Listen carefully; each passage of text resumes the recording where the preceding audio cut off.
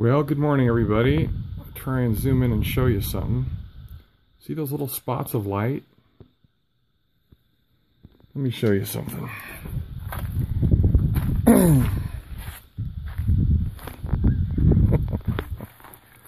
Some of you will instantly recognize what this is. It's a major faux pas. Or if you're me, it's a complete fuck up. So what happened one day is a bird came in here and I couldn't get him out.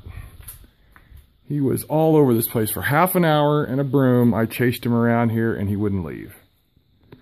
So I pulled out my .22 rifle with my powderless shells. They only fire on a primer so they don't have any sound to them. And a couple of shots I took, he was over there on that little block of wood, and duh, I put a hole in the wall. Yeah, I should never own a gun. Okay, so that needs to get patched. A little more successful work that I did yesterday. See how bright and shiny and clean? Almost not perfectly clean. This this hose right here is the high pressure power steering hose, and it got replaced yesterday, last night actually. And then this morning I took the pressure washer and scrubbed everything off real good, so if it leaks again, see all this dust? It only sticks where there's oil. Like the valve covers leak pretty good, right? So there's dust stuck to it. So I washed all this off real well, all around in there, and we'll see if that stops it. I don't want leaks like that in such a heavy-duty vehicle, because if I'm towing a trailer or something, it'll end up, you know, breaking in the middle of the desert somewhere. So, just drove it this morning, went and had breakfast, came back, still bone dry. Gonna do a long drive today, and that will, that'll seal the deal. So hopefully that thing's in good shape. Yeah, so I've used this thing twice now. I actually thought about taking it back, but I guess I'll find uses for it. One of the uses that'll happen here before my big trip is, you see all the black streaks from the old roof? This side's been treated a little bit. You can see that the black streaks are a lot lighter. It just needs a scrubbing. But the other side of the trailer, the black streaks off the old rubber are just hideous. So the pressure washer will take a lot of that off. I'll even add some soap. And then I see this spot creeping out on the garage floor. And these are all my, I don't know, some various chemicals, mostly for the machining. And I don't know which one's leaking yet. But sand makes a pretty good absorbent, so after it's done absorbing, I'll stick it in a trash bag and throw it away. Which is, I know it's legal in California. I'm assuming it is here in Arizona, but I'm not going to pour oil on the desert floor. I refuse. Anyway, so once I figure out which one leaked after they kind of absorb a little sand, I'll fix that disaster.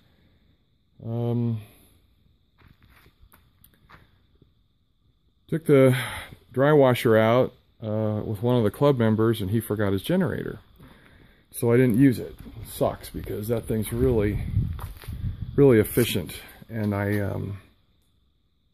really want to use it out in the field. So I've used it here. You see all these huge piles of sand and stuff.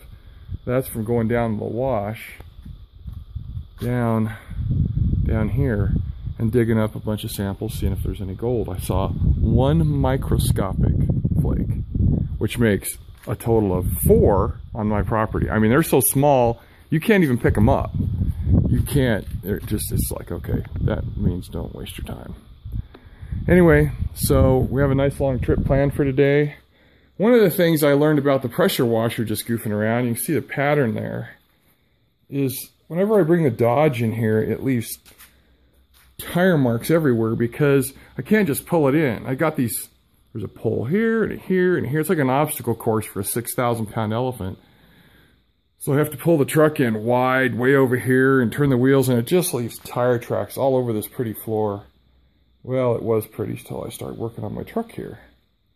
But anyway, so I went through this section here, It looks like it got rid of just about all the tire marks. You can see a few left, but man, it was just covered with them. So, and then you sweep it out with a broom and let it dry, which water drying around here is real easy, as you could imagine in the desert. So anyway, one of the things that I'm big into, as much as I love two-stroke motors, used to race them, I love that sort of thing, is these dry washers. The guys use a, that hose there gets filled with pressurized air and runs a little fan motor with a weight on one side of it. So that box has air blowing into it to pressurize it and to shake it, and it sorts out, makes the heavy stuff sink and the light stuff flows off, you know. Dry washers do that when you're searching for gold. So this is a leaf blower, the cheapest, smallest one I could find that has 2 speeds. And this thing works like a champ on 1 speed, so I suppose with wetter soil, then the higher speed would be useful. I could probably get a little bit more volume out of it if I cut the end of this off, because it's compressed for velocity, right? It's a leaf blower. It's designed to go, whatever, 150 miles an hour. But I don't want velocity. I want low volume. So I'm trying to do this. Eventually, I'm going to do this with nothing but solar out in the field. I need to get myself a generator, which is what I'm going to look for today when I go into Kingman. Look at a guy's diesel generator.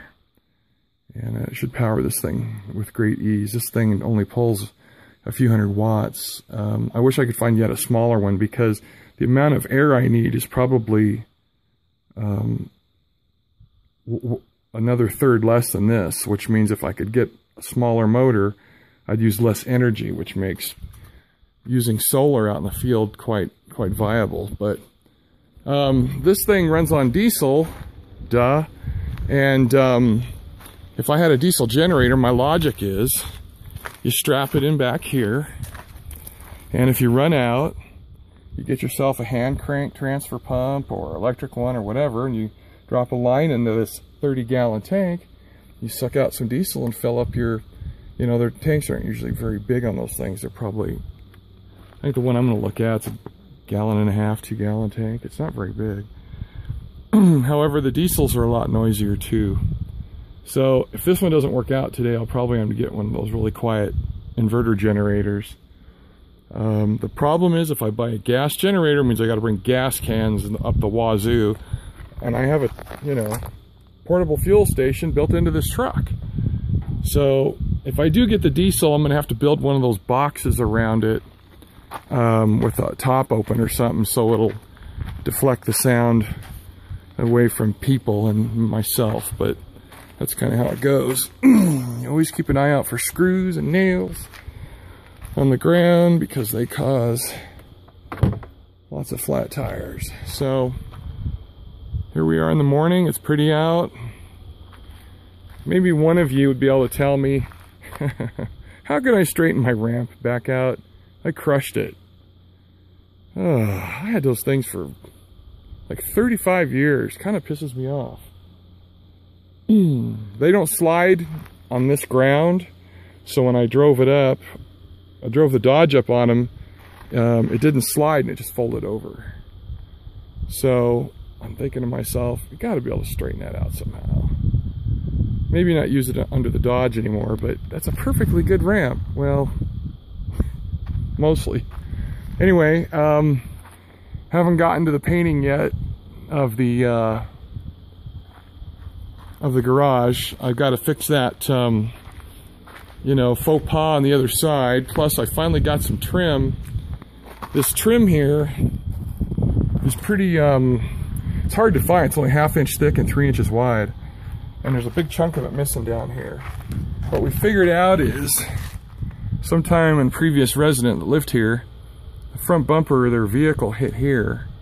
It shoved this whole wall back, and the trim came down here and got shoved out. This whole thing was out probably 3/4 of an inch. So we straightened it all out, but you know, the guys, we caulked all this up and it's primed. So I think what I'll do is just cut a scrap piece off the new chunk I have and at a 45, and then put a 45 on here and nail it in and caulk it in, it'll look good. Then I don't have to take this off. I mean, it's not a lot of work, but I don't know. I'm getting lazy in my old age. So anyway, the primer's dry now a week, but I got too much to do, and I'm kind of just not getting ready to paint yet. So we rollered and brushed it all on, this extra thick stuff, because this paint was peeling horribly. I don't know if you can see it, signs of peeling. You'll see little signs of it, but the chips are held down now. They're kind of glued down by this stuff. That was the whole theory behind it.